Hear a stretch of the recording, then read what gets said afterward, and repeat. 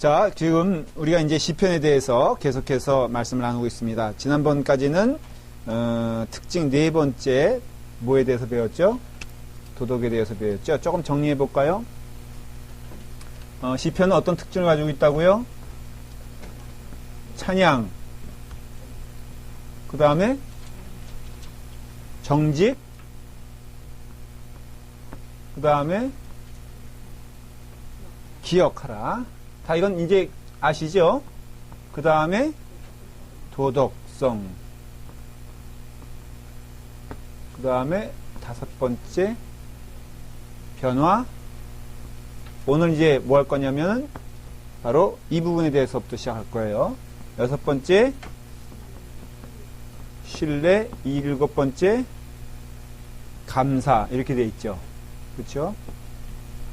이건 뭘 뜻하냐면요, 우리의 믿음 생활은요, 물론 배워서 하는 거라기보다도 자연스러운 거죠, 사실은. 여러분, 그 시골 할머니가 은혜 가운데 예수를 잘 믿으면은 이거 배워서 됩니까? 아니면은 그냥 됩니까? 그냥 되죠? 근데 여러분들은 배워서 됩니까? 그냥 됩니까? 왜 배워야 될까? 모르니까. 제가 보기에는 더 악하기 때문이 아닐까. 시골 할머니들은 조금 때가 묻어가지고 그냥 이렇게 자연히 나오는데, 우리들은 이 배우는 종족들이 참 문제가 있는 거예요, 보면은. 뭐 이건 약간의 우스갯소리지만, 그래서 우리가 배워야 된다라고 했을 때 맞는 얘기가요. 배울 수 있는 여건과 환경과 과정을 주셨으면 배워야 돼요. 그건 뭐 어떻게 이렇게 뭐다라고 말하기요. 여러분들은 지금은 필연적으로 뭐 해야 되는 사람들이에요? 배워야 되는 사람. 왜? 배움 회장이 있으니까. 그래서 우리가 뭐 어떤 사람은 전혀 안 배워도 그거는 우리가 질문할 필요가 없어요. 다만 지금 우리는 배워야 믿음이 성장한다라는 그 영적 원리 아래에 있다는 것은 분명한 사실이고, 여러분들에게도 배우기에 힘써야 돼요. 왜냐하면 성경 말씀에 배우기를 힘써야 되는 상황이니까. 뭐 북한에 있는 그 수용소에 갇힌 사람들은 성경 하나 읽기도 어렵잖아요. 믿음의 길로 가면서도 갇힌 사람들이 많다 그래요. 그럼 그 사람들은 요거 조각 하나로도 그 믿음이 그 어떻게 보면 아름답게 꽃필 수가 있냐? 있어요. 근데 우리에게 그럼 요거 달랑 외워도 그냥 그 맨날 시편 1편, 뭐 맨날 이 시편 여호와는 나의 목자시니 내게 부족함이 없어. 거기서 딱 끝나. 그러면서도 마치 본인이 신앙을 또 성경을 많이 알고 있는 것처럼 억지를 부리면은, 그래서 뭐 수용소에 있는 사람도 한 절 외우고 나도 한 절 외우면 되는 거 아니냐라고 말한다면 그거는 말이 안 되는 거죠. 지금 여러분들에게는 배울 수 있는 은혜 주셨어요. 저도 마찬가지죠. 저도 가르칠 수 있는 은혜를 주셨잖아요. 그럼 가르쳐야 돼요. 그러나 농촌에서 목회하는 어떤 목사님들은 정말로 학력이 저에 비해서는 굉장히 낮을 수가 있어요. 그런 분들에게는 그런 가르칠 수 있는 능력이 없을 수도 있죠. 그러면 그분과 저가 무슨 뭐 구원받는 데 있어서 그 어떤 뭐 그분은 못 가고 나는 가냐?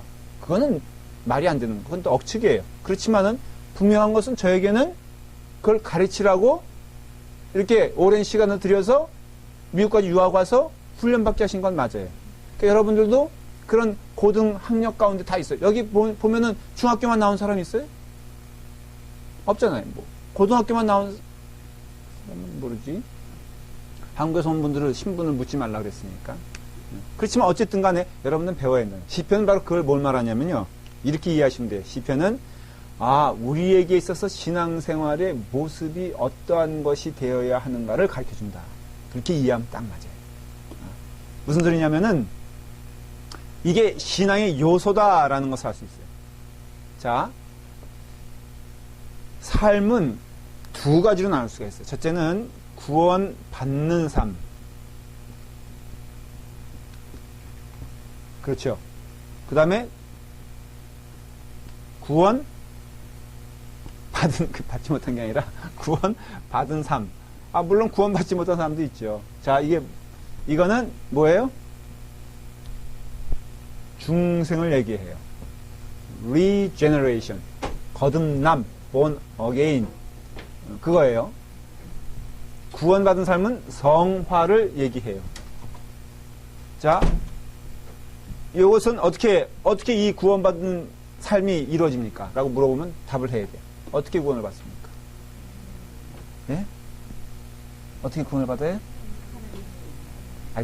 이게 누가 이게 탁 찔르면 내가 이제 얘기하라겠죠. 군인정신. 그러면은 군인정신 따로 이렇게 나오는 게 아니에요. 그냥 툭 찔르면 여기도 군인정신, 저기도 군인정신이 군대야. 여러분들은 여군이라니까. 남군도 있지만은.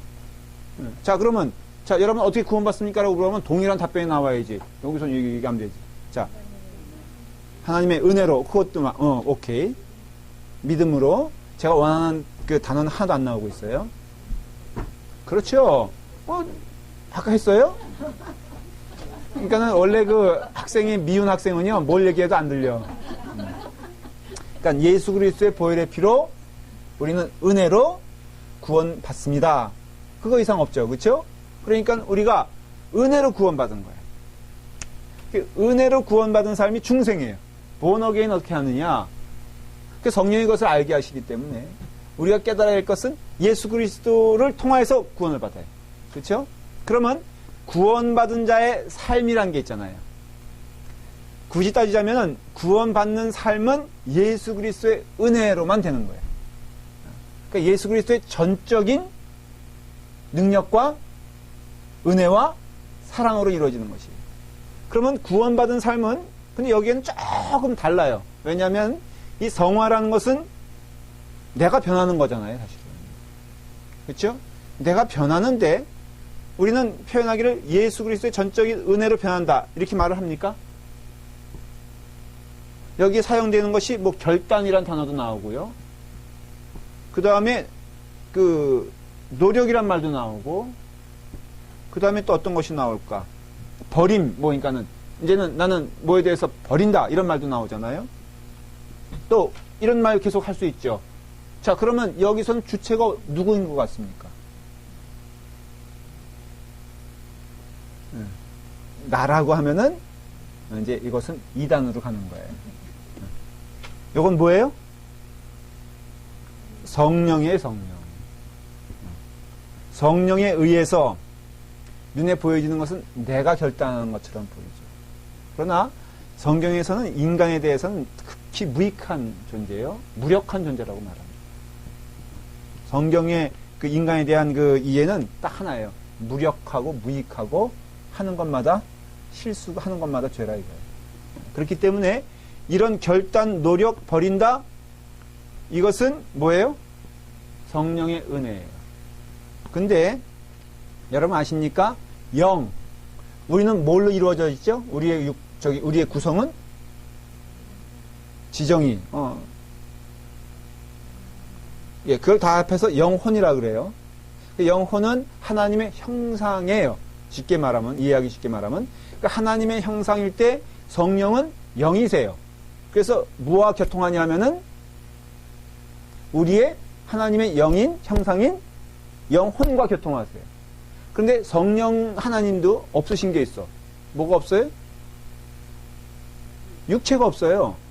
그래서 예수 그리스도는 그 육체를 통하여서 우리의 죄를 온전히 용서하시고 회복시켜 주셨어요.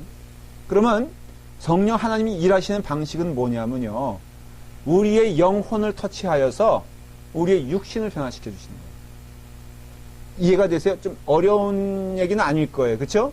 결국은 우리에게 나타나는 것은 육적인 열매인 거예요. 착하게 살자. 찬송하며 살자. 기쁨으로 살자라고 했을 때는 그게 어쨌든 눈에 보이는 마지막 결과는 육체 아니겠어요? 그렇지만은 성령 하나님은 그 육체를 사용하시길 원하세요. 그래서 우리가 육신적으로 나오는 결과를 보고서 내가 하는다라고 생각하지만 그 원인과 시작은 누구예요? 성령 하나님이시라 이거예요.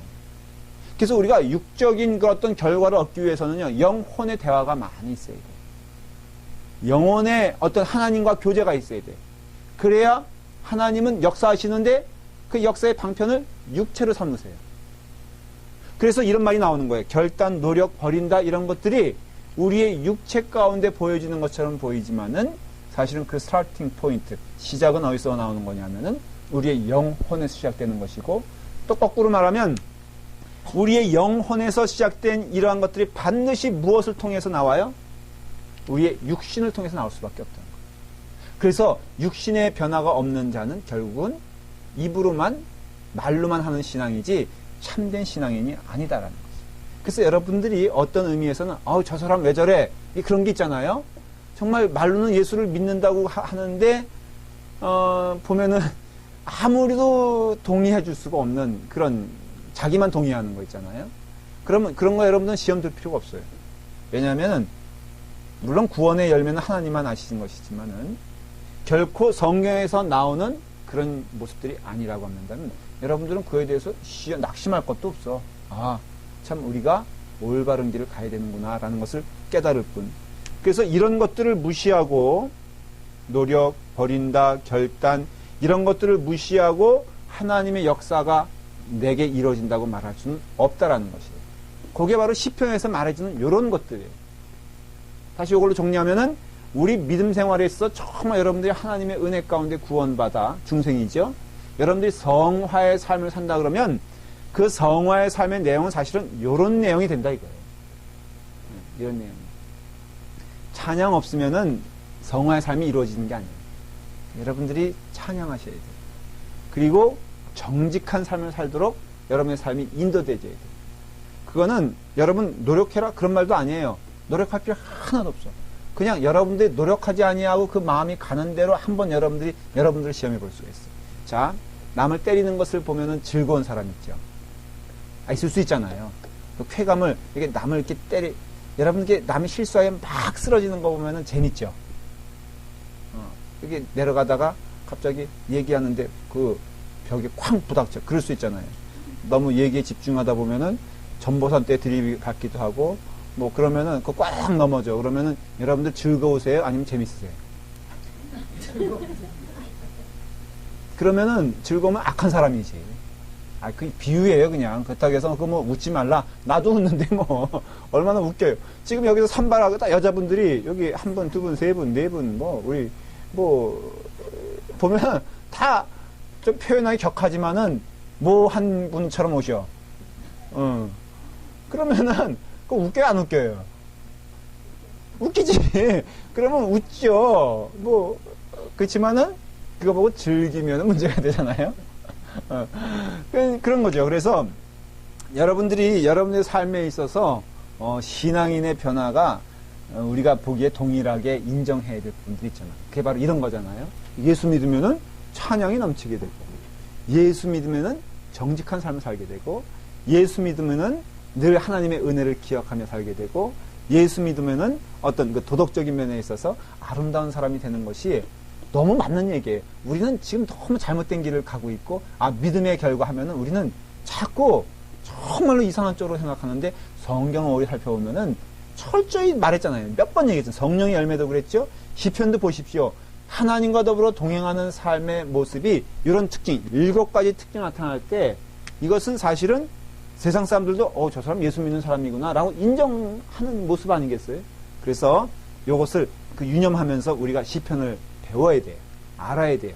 신앙생활은 무엇이다? 우리의 삶에 있어서 근본적인 변화를 말하는 거지. 어떤 단편적인 게 아니라 나는 그냥 늘 부정적인 삶을 사는데 교회만 오면 갑자기 즐거워져. 이거 순 거짓말이에요. 어떤 분들은 그렇게 집에서는 마음이 다운되고 그렇게 어두운데 여기 교회만 와서 드럼 소리만 들으면은 아주 쿵쾅쿵쾅 마음이 뛰는다는 사람들이 있어요. 착각하지 마세요. 그 사람은 카메라 가도 드럼 소리만 들으면은 마음이 쿵쾅쿵쾅 해집니다. 안 그럴 것 같아요? 그러니까는 그게 믿음, 교회 안에서 다 즐겁다고 그걸 믿음이라고 착각하지 말라는 거지. 그냥 이렇게 밥 냄새만 맡으면 기분이 업되는 사람들 있잖아요. 그분은 식당 가도 기분이 업돼. 교회 밥만 좋은 게 아니에요. 그래서 우리가 그걸 생각했을 때 좀 깊이 생각해야 될 것은요. 믿음의 길이라는 것은 우리가 생각하는 어떤 단편적인 게 아니라 근본적인 변화구나. 우리의 삶의 애티튜드가 변하는 것이구나 라는 것을 기억하면서 오늘 계속해서 성경의 영적 특성, 성경적 영적 변화의 특성 5번째 뭐예요?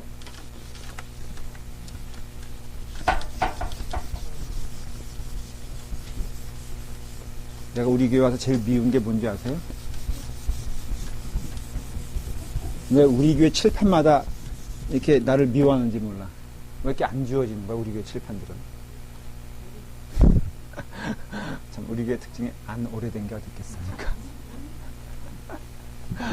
자, 변화에 대해서 말씀을 좀 나눌게요. 변화라는 것은요, 쉽게 말하면 참회예요, 참회. 여기서 변하는 것은 참회. 뭐예요? 회개예요, 회개. 그래서, 내가 이제 변화된다라고 했을 때, 우리가 고통에 대해서는 두 가지를 이해할 수 있어요. 첫째는 욥과 같은 고통. 이것은 이유를 몰라. 다시 말하면, 잘못으로 인하여 당하는 고통이 아니에요. 하나님께서 굳이 표현한다면은, 그를 사용하시기 위해서 주시는 시련이라고 했어요. 그래서 우리가 어휘를 얘기할 때 그 시련과 고통은 좀 틀리죠, 사실은. 표현하는 자체가. 시련은 죄 없이 받는, 어떻게 보면은, 고난이라고 하죠. 근데 고통은, 이거 뭐 구분하기 좀 어렵지만, 고통은 나의 죄로 인하여 받는 고통. 근데 대부분의 상황은 욥과 같은 상황이기보다도, 여러분, 나의 잘못으로 인하여 당하는 고통이 대부분입니다. 여러분들 혹시 괴롭게 사는 분들 있죠? 어렵게 사는 분들.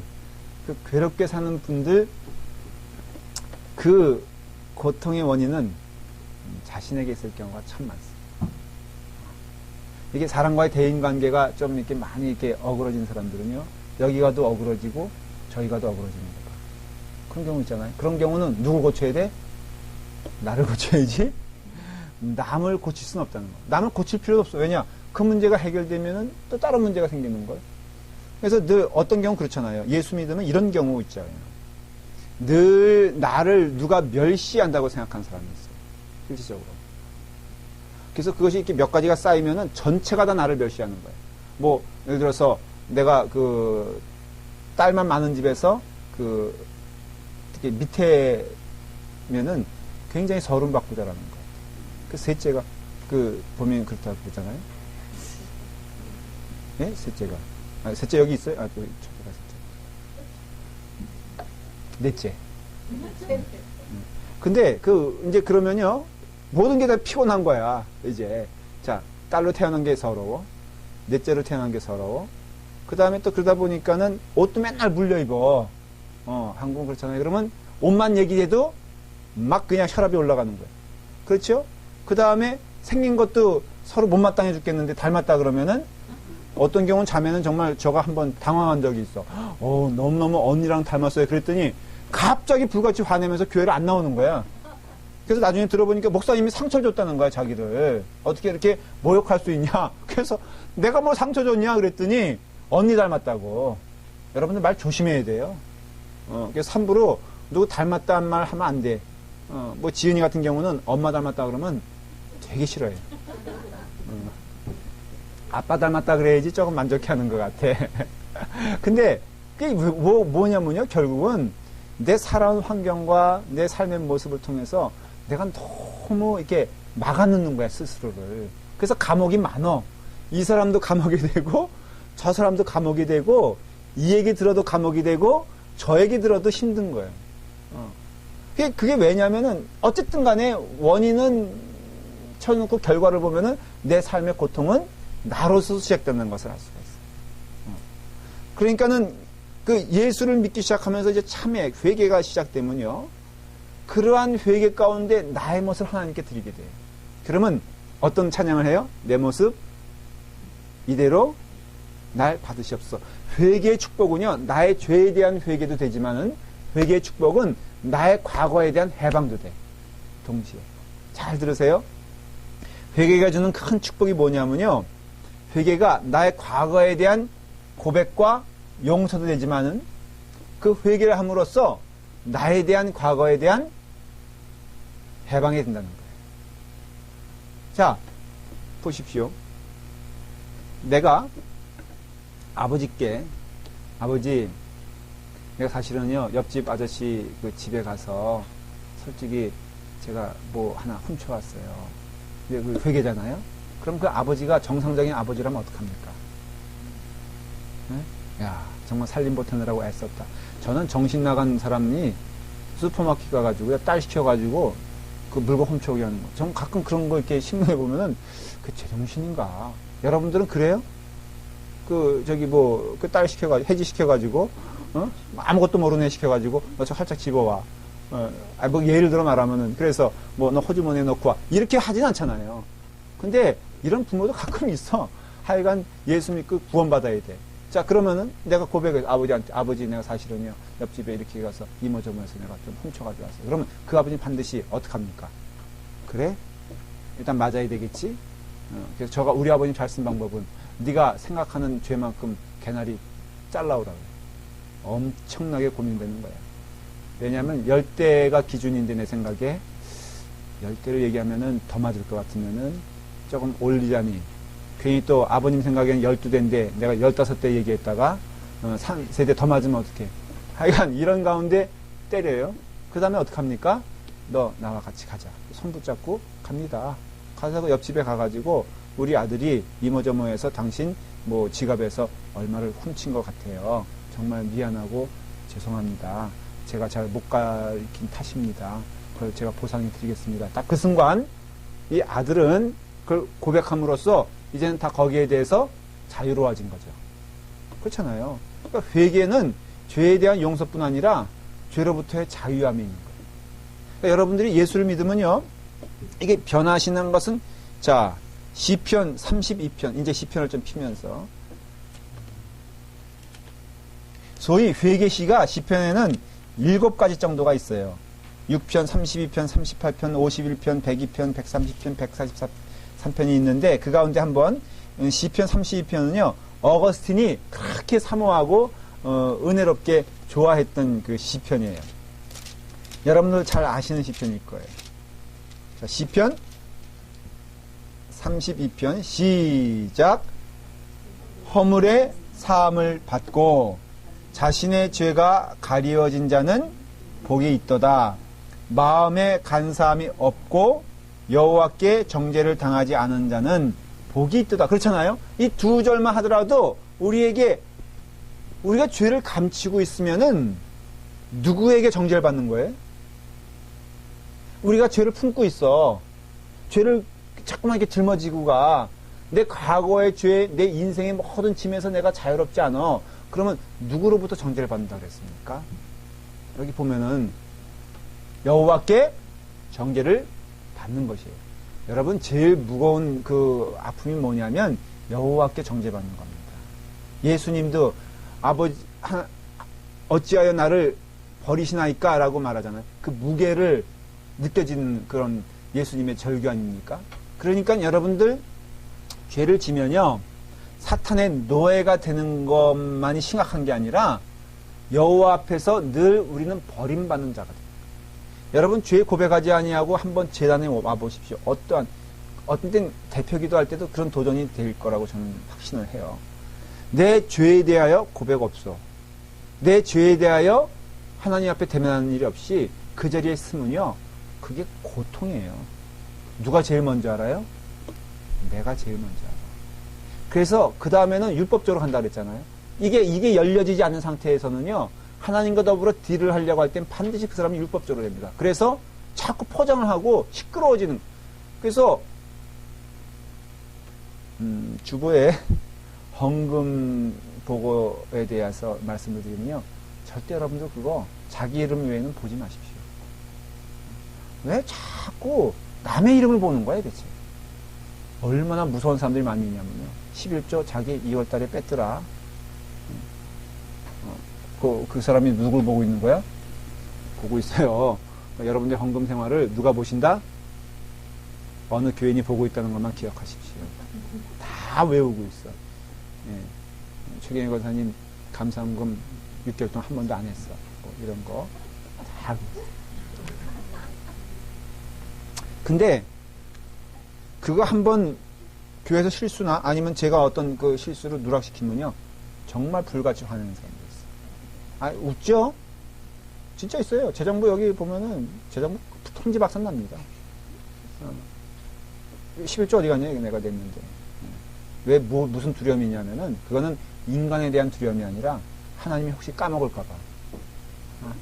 그래서 두려움이 있는 거예요. 그러니까는 내가 하는 일에 대하여 반드시 눈에 보이는 보상이 있기를 원하는 사람들은 사실은 하나님 앞에서 정직한 자가 아니지. 하나님 앞에 정직하면 다 자유롭다고 그랬잖아요. 예를 들어서 뭐 빠졌다. 그럼 어떻게 생각합니까? 빠졌나 보다. 아유, 오늘 또 그래서 또 뒤끝 있게 또 얘기하는 사람은 있어. 백 목사님 빠졌네요. 절대로 뭐라 그런 건 아니에요, 목사님. 그런데 제 이름이 빠졌어요. 더 난감하잖아요. 성가대 쭉 있어. 실수할 수도 있잖아. 저 이름 이게 뭐 총무가 애를 써서 저거 했는데 철자법 좀 틀릴 수도 있고 또 자기 이름 빠질 수 있으면 나 같으면 그냥 붙이겠어 내가. 뭐 그 없으면은 좀 사람이 넉넉하면요. 그거 다 된다니까. 저거 저거 설사. 근데 또 진짜로 총무가 자기 미워서 그럴 수도 있어. 내가 경험해서 보니까 실수가 아니야. 의도적으로 자기를 뺀 거야. 근데 그 사람이 나를 뺐다 그래서 내가 빠지니까? 생각해봐요. 그 사람이 나를 무시했다 그래서 내가 없어지는 거예요? 주의자 그래 안 그래요? 그쵸? 여기서 성가대원들이 나를 전부 다 무시하는, 오늘따라 눈꼬리가 좀 달라. 막 무시하는 것 같아. 그렇다고 해서 내가 없어지는 거예요? 뭐 여러분들이 예를 들어서 저를 뭐 그렇게 대한다고 해서 아주 단합을 했어. 오늘 야외 수업하고 싶은데 내가 말을 안 들으니까 다 딴짓하고 있어. 대학교 때 그런 거 해봤잖아요. 선생님이 선생님 야외 수업해요. 그런데 안 돼. 오늘 이거 해야 돼. 그러면 학생들이 갑자기 다 만화 그리고 있고 그 다음에 코 비고 있고 귀 하면은 선생님이 완전히 자기 무시당했다고 생각하잖아요. 그럴 때 그 선생님이 성숙하지 못하면 막 불같이 화를 내잖아요. 마찬가지예요, 여러분들. 예수님 온전히 우리가 그래서 마음에 간사함이 없으면요 우리가 기억하셔야 될 것은 여호와께 정죄를 당하지 않아요. 마음에 정함이 있으면은 여호와께 무시당하지 않아요. 그리고 허물의 사함을 받고 자신의 죄가 가려진 자는 복이 있다. 제일 큰 복이 뭐냐면요 하나님께 고백하는 게 제일 큰 복이에요. 그리고 여러분들 그때 반드시 하나님은 어떻게 해주신다? 약속이 성경의 약속이 뭐냐? 고백하며 자복하는 자는 하나님이 죽이신다? 고백하면 사는 거예요. 자복하면 사는 거예요. 자기를 볼 수 있는 은혜를 성령님을 통해서 주셨어요. 여러분들 심성이 제가 이거는 여러분들이 좀 기억하셔야 될 것 같아요. 구원을 받는 과정은 참 신비합니다. 그래서 마음에 악한 자도 구원 받느냐? 성경을 보면 구원 받아요. 구원 받는데 그 다음이 문제인 거예요. 구원을 받는데 그 구원을 받을 때 자신에 대하여 성령님의 조명이 쏘여지기 시작해요.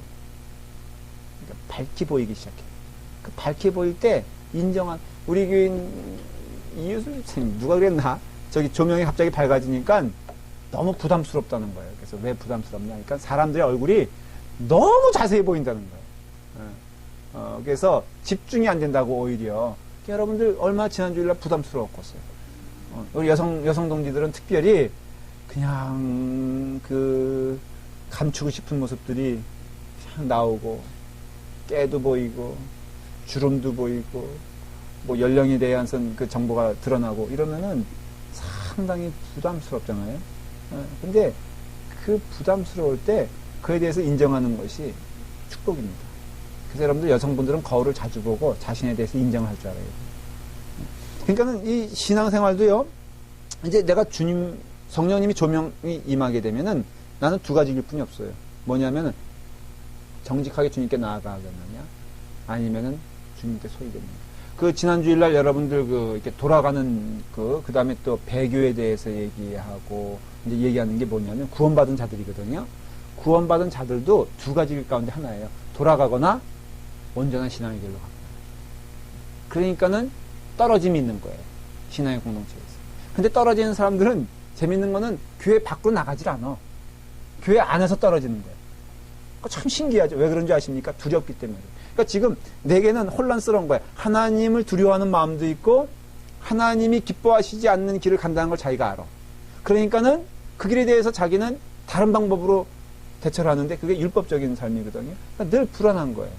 그러나 하나님 앞에 우리의 죄를 고백하고 허물을 용서받으면 그 다음에는 누가 뭐래도 사실 아무리 가늠한 여인이라 할지라도 주님께서 용서하셨으면 세상 사람들은 계속 그 사람을 가늠한 여인이라고 말할까 안 할까?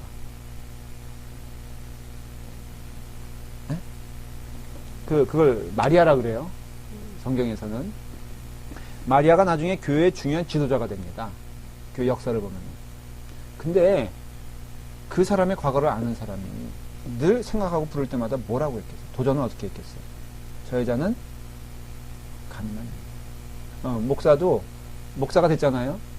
근데 어떤 분 술꾼 목사가 그래서 왜 술꾼이냐? 옛날에 술 마셨다 이거예요. 참 보면은 괴롭지 않습니까? 그래서 여러분들이 그렇게 부른다 할지라도 그 사람이 정말 하나님 앞에서 거듭난 자라면 담대하게 기쁨으로 믿음 생활을 할 수가 있죠. 그 흔적은 없어요. 여기 보면 이렇게 그 A 주홍글씨라고 그 소설 혹시 읽어보셨어요? 그 주홍글씨 그거 바로 그거 아니에요? 이건 없어지지 않아요. 화인 찍힌 거는요 내가 회개했다 그래도 없어지지 않는 거예요. 그렇지만 그거에 대하여 나는 이제는 해방된 자이기 때문에 하나님 앞에서 해방된 자이기 때문에 하나님으로부터 그 음성을 듣게 되었을 때 그 삶이 어때요? 변화가 있는 것이에요. 그래서 시편에서 말해주는 것은 변화는 뭘 말합니까? 회개의 변화가 있어야 된다는 것이에요. 믿음 가운데 여러분들이 은혜 받으면요 이 회개는 끊임없이 일어나는 삶의 한 부분인 것을 알 수 있어요. 무슨 소리냐? 어저께 회개했으니까 오늘 끝나는 거 아니고요. 오늘 끝났으니까 내일 없는 게 아니라 신앙생활에 있어서 늘 마음 가운데 있는 영적 과정과 작용 가운데 하나가 회개의 삶이랄 거예요. 그리고 회개의 삶을 살아가는 사람의 특징이 있어요. 그건 뭐냐면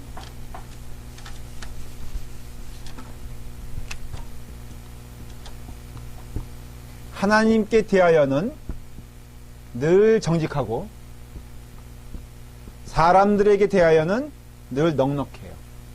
회개하는 사람의 특징이에요. 다시 한번 말할게요.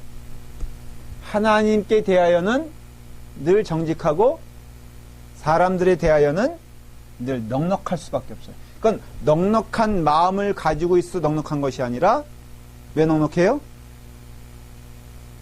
왜 넉넉해? 믿는 자들은 왜 넉넉한 삶을 살 수밖에 없어요? 나 하나 회개하기도 바빠 죽겠는데 누구를 정죄해? 누구를 심판해? 여러분 그래 안 그래요?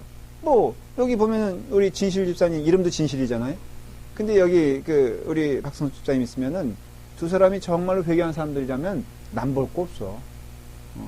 뭐 머리 산발하고 오늘 왔다고 웃는데 제일 웃은 사람이 보니까 자기 산발하고 온 사람이잖아요.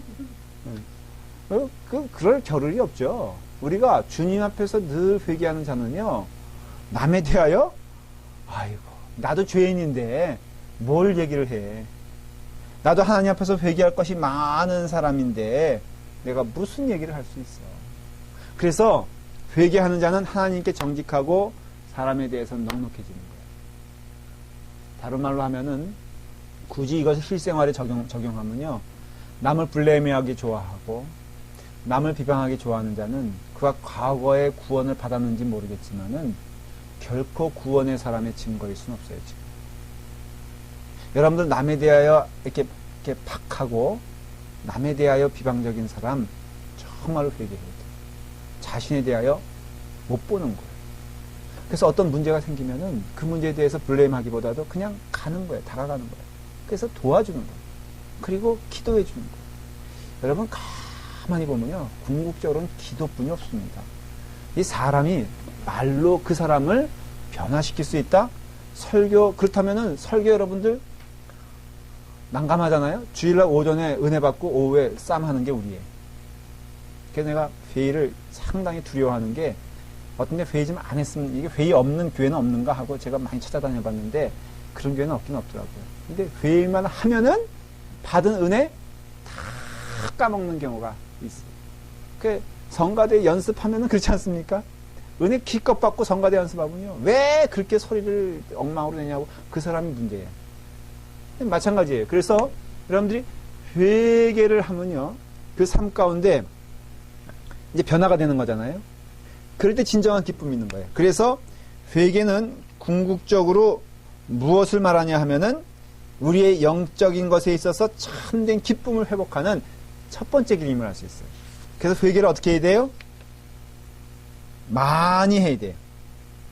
자, 32편 조금 더 볼까요? 보면은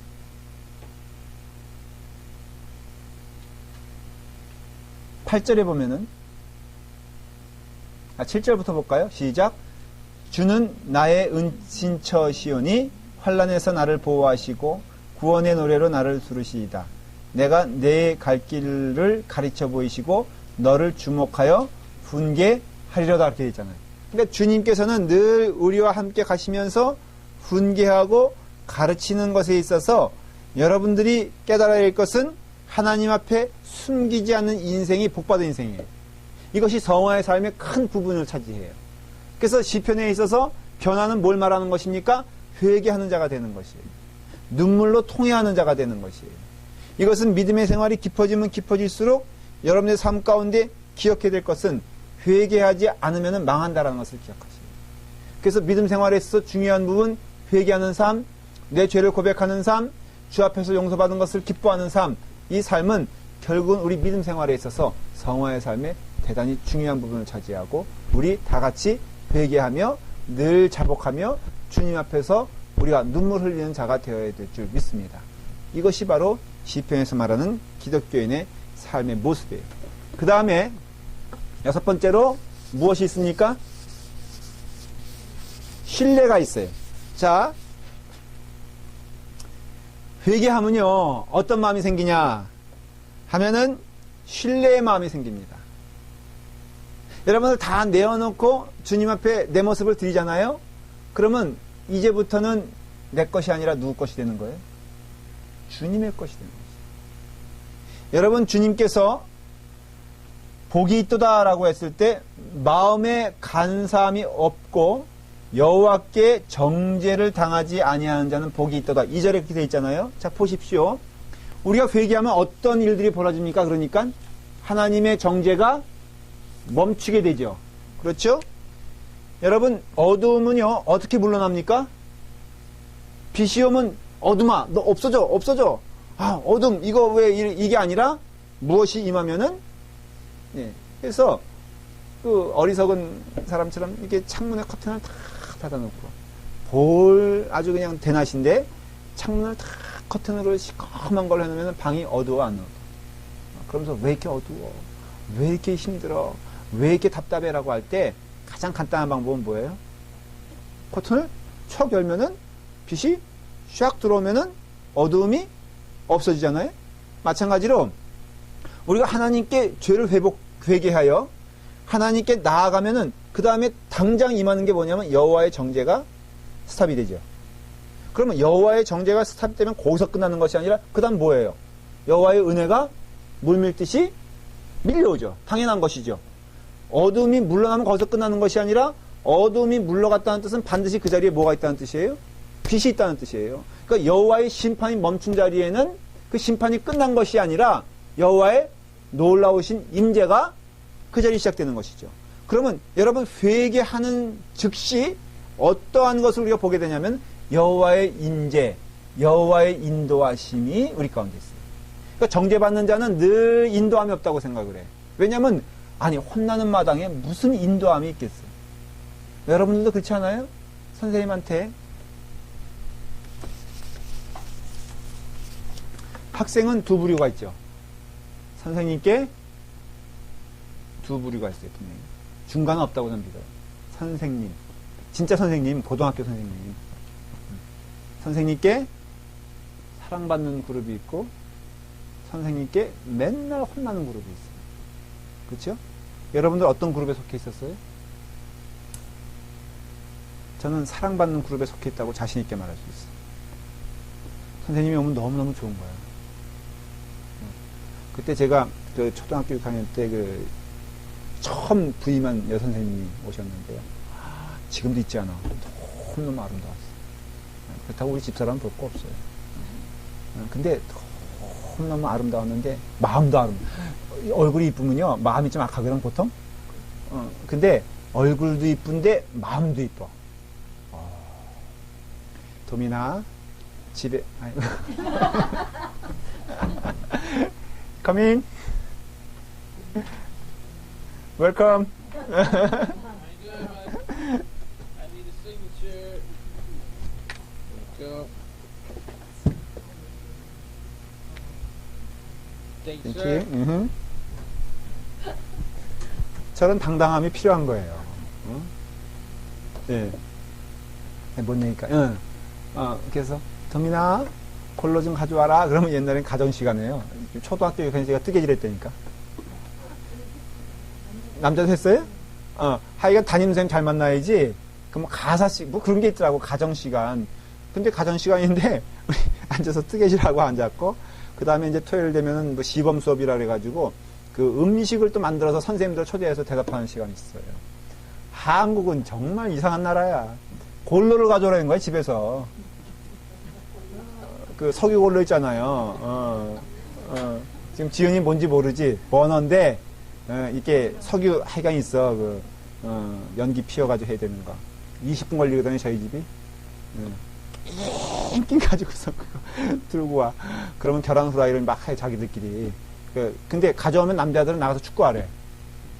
다 가져오래 놓고선 그리고 자기들끼리 여자하고 선생님하고 교장 선생님만 먹고 우리는 축구하다 보면은 다 와보면 없어. 그리고 도민아 골로 가져가라. 이제 그래요. 그런데 그 선생님만 만나면 저는 좋았어요. 좋으니까 변화가 있더라고. 얼굴이 깨끗해지고요. 세수도 막 하게 되고 옷도 한 번쯤 보게 되고 그 여선생님이 마지막 그 졸업할 때 그때 70명이었거든요. 한 반에. 70명이었는데 선생님이 다 편지 써주신 거예요. 그거 보고요. 제가 10년은 그걸로 살았어. 얼마나 우리 집사람 만나기 전까지. 그러니까는 내가 이게 주님과 더불어 깊은 대면하기 시작하면요. 삶의 통째가 변하는 거죠. 삶이 기쁨이 되는 것이. 그 가운데 가장 큰 축복이 바로 신뢰예요. 시편 62편 우리 한번 볼까요? 시편 62편. 그 시편을요, 여러분들 매일 한 장씩 읽으라는 뜻이 참 의미가 있어요. 이게 우리의 삶에 있어서 주시는 큰 은혜가 여기서 나오거든요. 한번 읽어볼까요? 1절부터 시편 62편. 시작. 나의 영혼이 잠잠히 하나님만 바람이요. 나의 구원이 그에게서 나오는도다. 오직 그만이 나의 반석이시요. 나의 구원이시요. 나의 요새시니 내가 크게 흔들리지 아니하리로다. 더 읽고 싶지만 자 거기까지. 근데 이 저자가 누굽니까? 여러분 요 시만 읽으면 그 저자 빼놓고요. 요 시만 읽으면 이 사람은 굉장히 평안한 사람이라는 걸 알 수 있어요. 그렇죠? 이 사람은 물에 손 안 묻히고 밥만 먹는 사람인 것처럼 보여요. 이 사람은 물질 걱정 하나도 없는 것처럼 보여요. 이 사람은 삶에 있어서 다 평통한 것처럼 보여요. 그래서 늘 주님과 함께해서 감사하고 환경이 뒷받침되면 감사하지 않을 사람이 어디 있어요? 그렇게 생각하시죠, 여러분들? 여러분들 다 모든 여건과 조건이 다 이루어지면은 행복할 것 같죠? 아니에요? 안 해보고 어떻게 알아? 그 휘트니 휴스톤인가? 그 여자가 죽었어요. Always 뭐죠 그 노래가? 제가 바디가드라는 영화를 본 적이 있는데 그때 그 휴스톤이라는 여자가 나오고 찰턴 헤스턴이 그때 알고 있는데 제가 한번 테스트 해본 거예요. 케빈 콘스터가 나왔던 영화가 있어요. 그때 보면은 정말로 참 얼마나 돈이 많아요. 근데 그렇잖아요. 그거 보면은 여러분 절대적으로 영적인 의미에서 하나님 만나지 못하면 반드시 그 사람의 삶은 불행합니다. 불행할 수밖에 없어요. 구조적으로. 근데 이 시를 보면은 다 여건이 만들어진 사람처럼 보이고 환경이 도와주는 것처럼 보이고 물질의 문제가 없고 또 관계의 문제가 없고 이런 상황에 있는 사람처럼 보이는데 딱 이 사람이 누구예요? 다윗이야. 다윗이 자기를 쫓아오겠다고 400명의 그 사람들이 이렇게 보니까 너무 한심스러웠어요. 그래서 보면 성경에 뭐라고 기록되어 있죠? 억울한 자, 쫓겨다니는 자, 이런 자들만 다 온 거야. 근데 교회가요, 그런 것 같아. 이 교회에 오는 사람이 정상이 없어. 그치? 여러분들도 정상이라고 생각한다면 그것은 이전에 여러분들의 모습을 기억 못하기 때문에. 그런데 와가지고요, 이게 하나하나 변화가 되는 과정을 겪는데 다윗이 보면은 평안한 거야. 나의 영혼이 잠잠히 하나님만 바라며 나의 구원이 그에게서 나온다. 이게요, 얼마나 위대한 고백이냐면은 이거와 똑같아요. 나의 구원이 어디서 온다고요? 예? 여기 뭐라고 돼 있어요? 나의 구원이 그에게서 나온다 그랬죠. 하나님에게서 나온다 그랬어요. 근데 이 말을 조금 더 이해하려면 2절을 읽어야 돼요. 거기 뭐라고 돼 있냐면은 오직 그만이 나의 반석이시요 나의 구원이시요 나의 요새이시니 내가 크게 흔들리지 아니라 그랬죠. 그래서 온이란 말을 썼어요. 그렇죠? 그러니까 여기서 나의 구원이시란 것은 그에게서 나온다 했던 그 구원이 그분에게서만 나온다 그런 뜻이에요. 1절을 해석하면은 뭐 여기도 나오고 저기도 나오는 게 아니라 오직 구원이 거기에서만 나온다는 것이에요. 그게 그러니까 2절에 오직 뭐라고 돼 있어요? 그만이 나의 반석이라고 했잖아요. 자, 그러면 어떤 것을 해석할 수 있냐면은 다윗이 그동안 어떠한 삶을 살았느냐라는 것에 대한 답이 나오는 것이에요. 그동안 다윗은 어떤 삶을 살았을까? 여호와 외에 다른 것으로서 나의 요새를 만들려고 했겠죠. 그 과정을 통해서 이런 고백이 나오는 것이에요. 여러분께서 하나님은 때로 우리를 버려두신다 그랬어요. 왜 버려두시냐면요. 한번 너희가 그러면은 만족할 만한 것들을 다 찾아봐라 이거예요. 그거 찾아보면은 너희가 답이 나오게 될 것이다. 답이 나와요. 다만 사람들은 주님께로 돌아오길 싫어할 뿐이지 이것이 답이 아니란 것에 대하여는 여러분 알아요.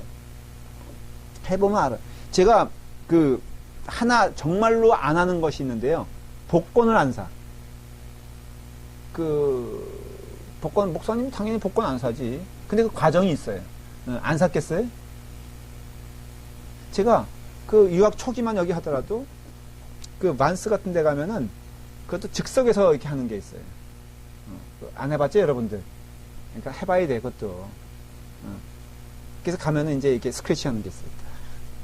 그거는 이제 즉석에서 그거 한 2번 당첨됐네. 오, 얼마나 기분 좋든지. 그냥 딱 쇼핑 이렇게 끝나고 나와서 딱 긁어보고 되면 또 같이 줄 서는 거야. 네. 얼마요? 50불? 그런 거 해봤어요. 근데 해보다 보니까 확률적으로 이게 아니야. 제가 또 그 머리는 또 금방 돌아가잖아요. 그래서 딱 끊었어. 근데 가만 생각해 보니까 다 그런 과정인 것 같아. 해보니까 속는 거야. 해보니까 아닌 거야. 맨 처음에 이렇게 차 한 대 살면은 좋을 것 같다. 그래서 차는 사는데 그 기쁨이 얼마 간다 그러죠? 한 달? 집은? 1년? 결혼은? 딱 3일이라고 그러잖아요. 신혼여행 때 결판 난다 그러잖아요. 그러니까는 다 이게 속고 사는 거야. 그러니까 하지 마, 그럴 거 아니야. 그러니까는 우리가 이것도 해봐도 우리 인생은 그거예요, 사실은. 가만히 보십시오. 세상 사람들 살아가는 모습 보면 여기 붙었다가 다윗은 거 아는 거예요. 알았을 때 딱 깨달은 게 있어. 뭐냐? 오직 여호와만이 나의 반석이시다. 여러분 400명의 용사가 다윗 믿고 쫓아왔잖아요. 그러니까 그가 의지할 자들이 얼마나 많았겠어. 어떻게 보면 충성스러운 부하들이잖아요, 결국은. 그런데도 아니라 이거예요. 여러분 목사도 마찬가지고요, 성도들도 마찬가지인 게 목사가 망하는 것은 성도 믿을 때 망하는 거예요. 그리고 성도들도 사람 믿고 목사 믿고 누구 믿을 때 다 망하는 거예요. 그러니까 여러분들이 오직 다윗의 고백은 삶의 경험을 통한 고백이에요. 이거 믿어봤고 저거 믿어봤고 사무엘이 나를 왕 만들어 준대. 이거 믿어봤고 다 믿어봤는데 결국은 쫓기는 인생, 힘든 인생, 고달픈 인생이 되었을 때 이런 것 아니구나. 오직 누구를 믿게 되었을 때 그만이 나의 반석이시요 나의 구원이시요 나의 요새시시니 내가 크게 흔들리지 아니하니까 하는 그런 은혜는 우리가 회개함으로써 주 앞에 우리가 은혜를 체험하게 되었을 때 경험되어지는 것이 여호와께서 정죄하지 아니하시니 그 자체는 뭐라고요? 내게는 큰 축복이 된다 그랬잖아요.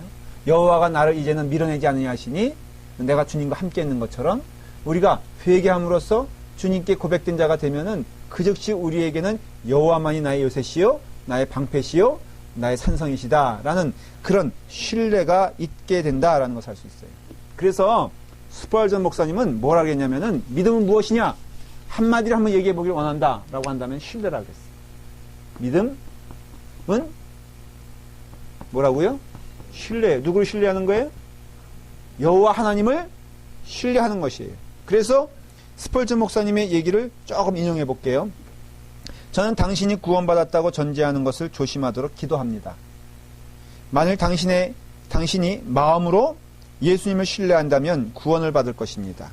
그러나 당신의 마음이 새롭게 되었다면 당신이 이전에 사랑했던 것들을 미워하고 미워했던 것들은 사랑한다면 당신이 진정 회개했다면 당신 속에 철저한 마음의 변화가 일어났다면 과연 거듭났다면 그러면 당신은 즐거워할 이유를 가진 것입니다. 그랬어요. 이분 얘기는 뭐냐면은 구원받았다고 다 구원받은 거 아니다. 구원받았느냐? 그러면 회개의 삶을 살아라. 이거예요. 회개의 삶을 살고 버리고 이전에 사랑했던 것을 다 미워하고 미워했던 것을 그 뭐예요? 하나님의 것들을 미워했잖아요. 그 미워했던 것들을 사랑하기 시작하면은 당신의 삶 가운데 즐거워야 될 이유들이 생긴 것이다 그랬어요. 그러니까 우리의 삶 가운데 결국 예수 믿는 게 즐거움이에요. 그 즐거워야 돼요. 궁극적으로는 예수 믿는 것이요. 그런 의미에서는 우리가 예수 그리스도 하나님을 신뢰하고 하나님과 더불어 함께 가고 교만하지 아니하고 오만하지 아니하고 그럴 때 우리는 어떠한 현상이 생기냐면은 신뢰하는 자는 기뻐요. 그래서 믿음은 곧 신뢰요. 신뢰하는 자는 그 삶에 참된 즐거움과 기쁨이 있는 것이에요. 그래서 우리 성도들이 이것이 있어야 돼요. 여러분 교회 안에서 참된 즐거움이 있는 자들 가만히 살펴보시죠. 있습니다. 그런 점에서 믿음의 선배를 여러분이 좀 닮아갈 필요가 있고요. 제가 보기에는 수요성경 나오신 분들은 다 그런 가운데 어느 정도 기쁨을 누리는 자예요. 하나하나 제가 물어볼 수 있어요. 다. 여러분 어때요? 우리 권사님은 기쁨의 원인이 뭐예요? 솔직히 예수님 때문에 아니? 우리 이혜경 집사님은 뭐예요? 우리 최 권사님은 뭐고? 우리 다 뭡니까? 우리 이정주 예비 집사님 이거 안지 취임식 해야 되는데 즐거움의 원인이 뭐예요? 왜 와요? 왜 이렇게 교회에 열심히 나옵니까? 날이 갈수록 내가 보기에는 더 예수님께 몰입하는 것 같은데 조심하세요. 너무 빠질까. 그러니까 예전에는 주일만 나오던 사람이 점점 더 깊어지고 은혜 가운데 거하고 그 말은 예수가 나와 함께 있는 것이고 그 삶은 즐거움이다 이거예요.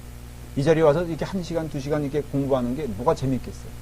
근데 이 자리가 즐거워야 되는 이유가 그 은혜를 체험하기 때문에 그렇고 그 다음에 일어나는 모든 일들이 다 즐거워. 이거 끝나고 뭐 먹어요? 밥 먹죠. 저는 그렇게 메뉴가 형편없음에도 즐거워하는 사람 처음 봤어요. 솔직히 맛있긴 맛있지. 같이 먹으면 맛있는 거야. 오늘도 정말 냄새가 구수. 저는 아침부터 삼겹살 냄새가 나가지고 잠시 백 목사님을 제가 의심했어. 아니 이 사람이 아침부터 난 약간 배가 고팠거든. 그래서 사과 하나 먹고서 이제 점심 먹으려고 했는데 아니 이 사람이 먹으면 같이 먹지. 삼겹살을 아침부터 거먹는 사람이 누가 와서 그냥 부엌문을 벌컥 열었더니 윤혜경 집사님이 점심하고 있는 거예요. 그래서 내가 너무 감사해서 기쁜 마음으로 빨리 끝날라고 이제 그러는데 결론적으로는 예수 믿으면서 기쁘지 않으면 정말로 이상하고 어리석어. 참된 믿음 생활, 교회 생활하면서 그 얼굴에 어두움이 있다면은 정말 도전해 봐야 돼요. 저는 맹세코 어저께 이제 석장회라는데요. 서로 이렇게 얘기를 하는데 한숨이 나오더라고. 제가 이제 뭐 이렇게 몸도 좀 고쳐야 되고 그런다니까는 그런 일에도 불구하고 이렇게 석회 열심히 합시다 그러니까는 약간 설득력이 없는 것 같아. 그 석장들에게 목사님도 좀 고달플 텐데. 근데 그때 구세혁 목사님 딱 손들더니 목사님 제가 병원 와이드 할 테니까 절대로 연기하지 마시고 그날 꼭 제가 시간을 표현할 테니까 수술해 주십시오. 딱 그랬습니다. 근데 최경영 권사님은 가만히 있더라고. 그때 사실은 나도 가겠습니다 이러고 우리 최경영 권사님도 왜 두 사람만 갑니까? 나도 가서 목사님 예? 아예 오란 뜻은 아니고 근데 즐겁지 않아요? 궁극적으로는 저는 그걸 얘기하고 싶은 게 저는 즐거워 사실 뭐 힘들다 절대 저에게 이제 그런 말씀 어떤 때는요 두 번 들으면은 좀 부담스러워 많이 힘들거든. 교인들 조금 힘들게 하는 것도 재미로 하고 있거든요. 그리고 회의 시간에 심지어는 요즘은 은혜가 돼가지고 그렇게 막 요즘은 안 그렇지만 막 예를 들어 싸운다 할지라도 나는 그거 할렐루야 아멘 살아있으니까 싸우지. 이런 넉넉한 마음으로 갈 것 같아. 다 좋아. 뭐 기도 시간도 감사하고요. 말씀 전하는 시간도 감사하고 뭐 여러분들이 뭘 하든지 하나님의 은혜 가운데 가는 과정이겠거니 하니까 여호와께 붙어 있으니까 너무너무 재밌다. 이건 내 진짜 고백이야. 그래서 제가 울어도요. 저는 제 손가락 아파서 우는 중에 한 번도 없어. 저희 아버님 돌아가셨을 때도 제가 정말 울음이 천천히 나와서 혼났어요. 제가 여러분들만 보면 울잖아. 너무 신비하지 않아요? 뭔가 좀 깨닫는 바가 없어? 아니 돌아가신 아버님을 보고선 제가 오히려 하나님 나라 간 내가 감사하는데 여러분만 보면 눈물이 나와. 근데 목사님 생활이 힘들다. 루머가 막 돌아. 응? 정말 가슴이 답답해. 제가 제일 눈물 날 때는요. 복음의 말씀 들으면서도 많이 앉아있는 거 보면 눈물이 나와. 운다면 여러분들 볼 때야. 수혜성경부 할 때도 제가 눈물이 글썽거릴 때는요. 반응이 와야지. 근데 너무나 냉랭한 게 보여. 다친 모습이 보여. 그러면 그때 제가 기억하세요. 제가 눈물 흘릴 때는요. 제 감상적이기 때문에 눈물 나는 게 아니라 죽어가는 것을 보니까는 눈물 나요. 그냥 그 영혼을 보고 눈물 흘리면요. 빨리 경고의 말씀으로 받아들여요. 제가 여러분 보고도 운 적 있어요? 제가 최경희 권사님 보고 운 적 있어요? 없죠? 제가 뭐 지은이 보고 운 적이 있어? 피곤한 얼굴은 좀 했었지. 마찬가지예요. 여러분들 누굴 위해서 눈물 흘릴 때는요. 그 영혼의 불쌍함을 인해서 눈물 흘리는 거지 자신의 신태한 한탄 우리 교회가 왜 이렇게 힘들어 이건 아닌 것 같아요. 그래서 결론을 내릴게요. 예수 그리스도를 믿는 것은 회개하는 삶이 있어서 그 회개 가운데 우리의 삶을 하나님께 밀착시키는 거고요.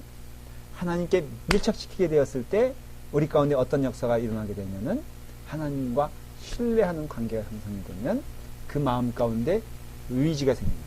확신이 생깁니다. 여호와는 나의 반석이시니 누가 나를 무너뜨리리라. 여호와는 나의 요새시요 나의 방패시요 나의 산성이시요 나의 모든 것 되신다고 했을 때 그 다음 사도 바울의 고백같이 내가 사나 내가 죽으나 내가 어떠한 형편이든지 하나님께 영광 돌리는 이 삶이 복된 삶이 아니겠느냐. 이게 신약으로 연결되는 거거든요. 그리고 그것은 어디와 연결돼요? 우리와 연결돼서 우리도 그렇게 사시는 축복이 있기를 바랍니다. 어떤 경우에든지 주님의 은혜 가운데 거하기 바랍니다. 기도하겠습니다. 아버지 하나님, 주님의 은혜 가운데 우리를 불러주시니 감사합니다.